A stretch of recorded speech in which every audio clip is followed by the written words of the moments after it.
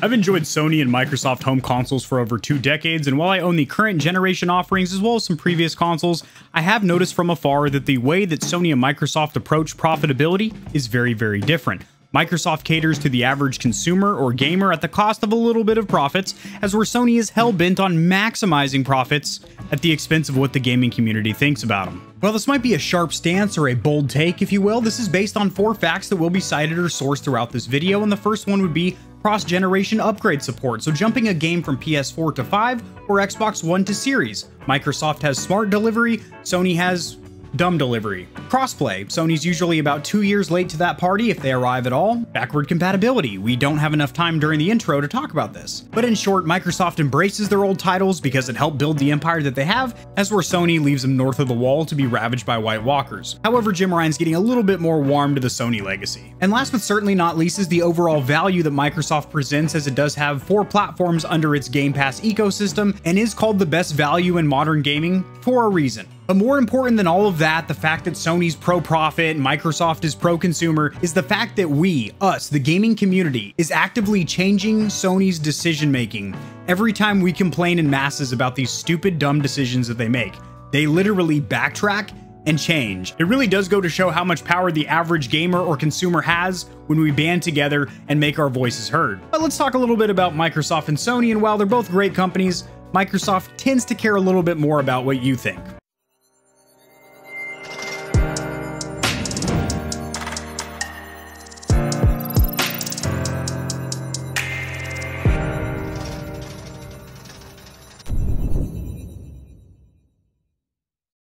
Alrighty, Stallions, welcome to the Gamer Heaven. I am your host, AK40 Kevin, sharing my screen over here. The first thing we are going to cover is cross-generation upgrade support, as this is a very, very hot topic right now in the community. It was talked about with Ghost of Tsushima, and now it is being talked about with Horizon Forbidden West. And again, Sony has backtracked on their decisions thanks to the community complaining. So the way Sony is approaching upgrading Ghost of Tsushima is not only not free, it's also pretty complicated depending on what platform you're going to and which package you originally bought. So Sony announced that PS4 owners of the standard Ghost of Tsushima could upgrade to the Director's Cut on PS4 as well for an additional $20. So if you've already purchased a game, but with Ghost of Tsushima, it was just more confusing than anything. Depending on, are you PS4 to 5 or 5 to 4, standard to Director's Cut, it just confused a lot of people.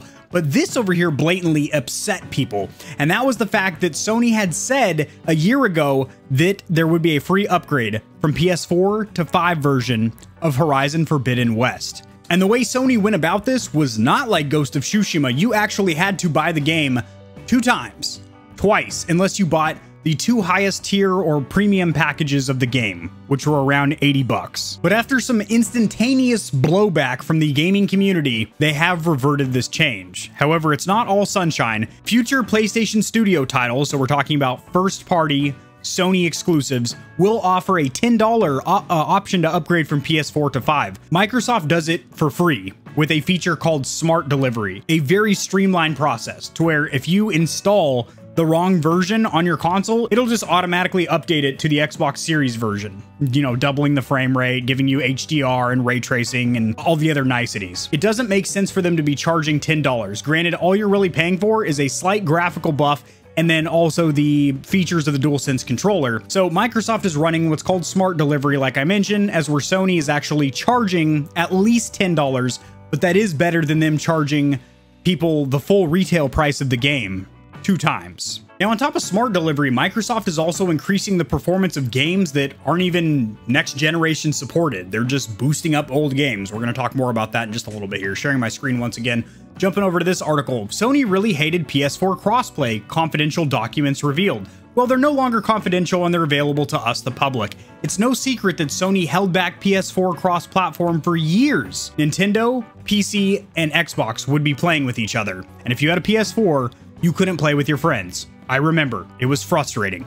But new confidential documents and emails revealed just how much Sony was against letting people play the same games with their friends on other platforms. Sony initially blocked cross-platform play for Rocket League and Minecraft, despite Nintendo and Microsoft enabling players to play with each other. The issue really blew up when Sony blocked Fortnite crossplay in 2018. It now appears that Sony may have been holding out to offset potential revenue loss. The funny thing is, during an interview, Microsoft bosses actually said they don't really care about eating some of those profit losses because because they want to make their consumer actually happy. And what makes people happy? Playing with your friends that might have a different console brand. Pro-consumer, pro-profit. And this crossplay greed goes a little bit deeper, as we learned during the Epic versus Apple trial. When Sony's contract was presented as evidence during that case, Sony was actually charging Epic Games additional money for them to support crossplay. That extended to in-game purchases when gamers would purchase items with V-Bucks on other devices, but we're still using Sony consoles. The community to the rescue. We complain about this, and guess what? Jim Ryan and the boys over there at Sony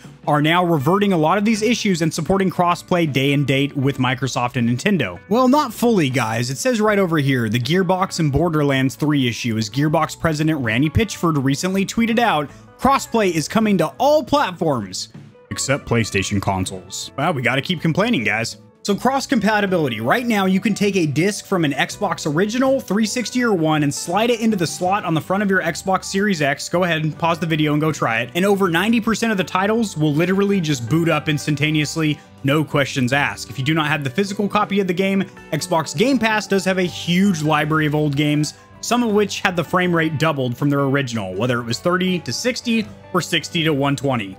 That's awesome playing these old classic games with a new refresh rate. PlayStation 5 only supports PS4 and not all of the titles, but that's reasonable. Not all of the Xbox One titles are supported on the Xbox Series, but there is virtually no PS1, 2, and 3 support on the 5 right now. Yes, you can repurchase some of these games digitally from the store, but then you're just purchasing the same game twice, and that is not pro-consumer by any means. Now, so far we have some rumors, some leaks around the gaming grapevine, so to speak, that Jim Ryan has been hinting around to his little birds and whatnot that he is going to include PlayStation 1 through 3 support on the PS5. However, that is not yet substantiated, which means we got to keep complaining. But Jim Ryan now seems to care just a little bit about backward compatibility. At least they did revert their changes where they said they were going to shut down the servers for the PlayStation 3 and the PSP because people complained in droves, and then they reverted their stance on that, and now they're continuing to support them. Also, as far as Sony sharing the exclusivity rights to its IPs or intellectual properties, such as, Uncharted and Ghost of Tsushima, it takes a very long time if they ever do it. So far, we have Horizon Zero Dawn as well as Days Gone that have been ported over to the PC, but it took a couple of years for them to get ported over. Rumored we're about to get Uncharted 4, but again, that's taking a long time as well. As where Microsoft literally, Microsoft Windows, Microsoft Xbox, it's in an ecosystem, so they launch their games on Windows 10 and Xbox at the same time, knowing that's going to cut into a lot of their console sales, but they don't care because they want people to have the option to play on PC. If that's all they can afford, or they already own a PC. You just get Game Pass and they monetize your buns that way, but you're getting a huge value as well. Last but not least, the value, the actual price to performance, how many games you can play for the same amount of money on Microsoft versus Sony. And this is where, in my opinion, it differs greatly, ladies. There is a class action lawsuit against Sony right now, considering if you bought the digital-only version of a PS5, which I strongly recommend nobody does for about 3 reasons. I have a separate video on that linked in the description below, but there's a class action lawsuit because generally Sony charges about 30 to 60% more for the same game because they know you can only purchase it from the PSN. As of 2018, the only place you can buy digital games for a PlayStation is from the PSN. You can't type in a string of codes or digits to redeem a code for a digital copy of a game anymore. Over here, just keep that in mind, class action lawsuit because they're overcharging people for their games could not be on the other end of the spectrum over here. They have what is called Game Pass, which supports 4 platforms: mobile phones, that includes tablets, Androids, and now iOS devices like iPhones, Xbox One, Xbox Series, and Windows 10 PCs, a lot of which these same games can be played on all 4 platforms, and you can save your progress on your PC, play it on your phone, play it on your Xbox One in the bedroom, play it on your Xbox Series in the living room. All your progress gets transferred over, and you pay either $10 a month for console only or $15 a month for Ultimate, which includes EA Play, xCloud, and PC support. So when you combine the $300 Xbox Series S, which is still a next-gen console, it has a lightning-fast SSD, supports 1440, 120 hertz in a lot of games, like a lot. I've covered previously like hundreds of titles that they cover. And even if you can't afford the money for an Xbox Series S or X out of pocket, they do have a payment program, as long as you do have the credit score, I'm sure, to sign up for the program, as where Sony says, upfront cost only. But think about that. You get an Xbox Series S or X on payment plan, and then get Xbox Game Pass and have access to a slew of past, present, and future games. When I say future, that is because all Xbox exclusives are first-party Microsoft Studios, which you have to keep in mind is a lot, as they recently bought ZeniMax Media Group, which includes Bethesda. So think about that. Starfield, any new Fallout games, any new Elder Scrolls games are going to be available day one on the Game Pass. No pre-ordering games. You can also pre-install them, which is cool. You literally install them the night before they drop, and then they're ready to play. Granted, Sony does have a program like that as well, just to note. But all new first-party games, even AAA blockbusters such as Halo Infinite and Forza Horizon 5, are going to be available day one on Game Pass. So instead of charging $70 US like Sony does for new release games, some of them are 60, but most new release games are 70, you can pay $15 a month and have access to a huge library of games. That's a lot more pro-consumer. But like I said, almost every one of these issues that I brought to your table here today that we have with Sony has been remedied by us, the gaming community, actually letting our voices be heard. There is a statement, the squeaky wheel gets the grease. It basically just means you keep squeaking and complaining, you're gonna get a little bit of grease. And the grease in this case is Sony reverting stupid decisions. So closing out on this note, I do enjoy both companies. I have been playing their consoles for 2 decades, and I will continue to purchase from both of these companies because they both offer a very, very enjoyable experience. There is much more value to be had with Microsoft.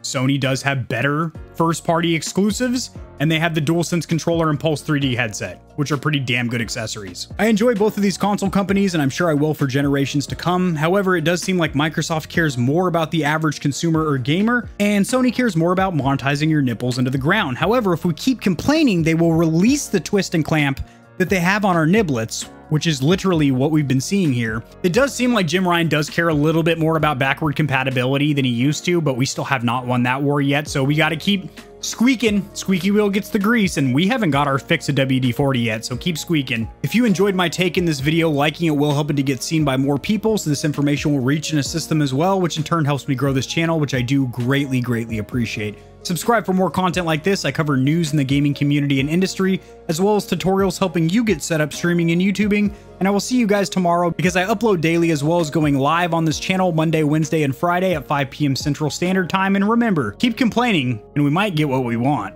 Peace.